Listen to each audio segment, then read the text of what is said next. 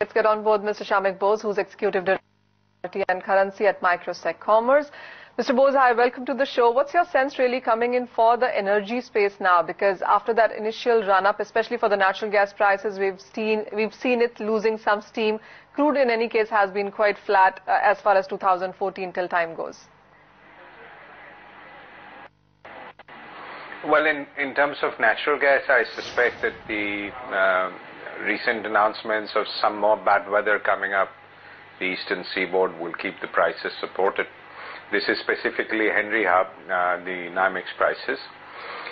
In terms of crude oil, I think we are seeing an entry both in terms of WTI and Brent. Brent continues to be supported by the geopolitical issues in Syria and Egypt, especially, and Turkey also recently, because the Straits of Bosphorus is a pretty critical area. But Manisha, in terms of WTI, the markets are very flat, well supported by slight perk-up in demand growth and offtake of heating oil and diesel during the winter months, and well supplied also in terms of shale oil and new discoveries. And I think more or less this looks range-bound right now. How would you look at the base metal space? Because that is one area which is under pressure constantly and seems more now because the Chinese slowdown numbers just seem coming in thick and fast. I would agree with you, Manisha. I still don't see any signs of greed or any kind of concerted buying when you're looking at the ticker. Traders start to rush in onto the long side. I don't see how prices can perk up. If at all there is a little bit of an exaggerated move, if you want to call it that, in an insipid market, it's primarily because of the USD INR peg, which is showing signs of volatility, and therefore the landed prices here do tend to get adjusted for the currency. If currency was to flatten out, I think you will see a whole lot of intraday movement flatten out exaggeratedly, I might say, and then the bias is that of unwinding. So I would still emphasize that I expect deleveraging going forward in the domestic markets, and part of it can be attributed to election kind of caution.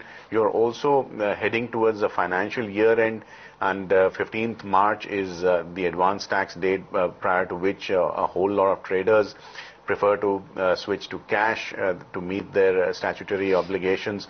And I think the further we get, the closer we get to that date, the more you will see a flight towards cash in the commodity markets.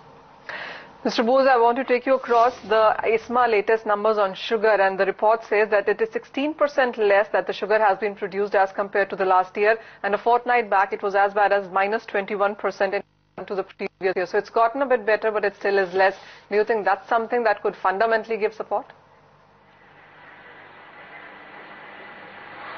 Yeah, I think so. I think prices will be supported well by these numbers, but at the same time we have to look at the carry-out inventory and retail and commercial offtake.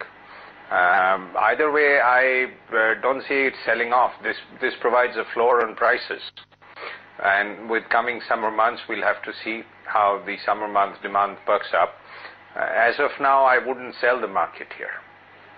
Mr. Bose, also what's your sense an edible oil space, because that's another area that has been choppy, but as we have been talking about a weaker monsoon already getting priced in for 2014, do you think that's another thing to watch out for?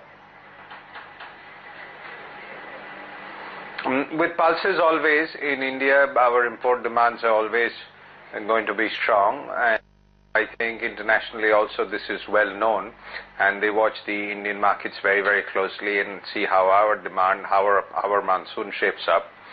But in terms of soybean oil, I would say we'll have to wait and see how the South American crop develops, because I think the spreads between soft oil and between oil is fairly wide, and I have to see going forward whether I think our demand situation is pretty good, but our supply situation is not very bad either given imports. But if dollar strengthens from here on, which I think it will, that will put a dampener on the spreads available for the trade.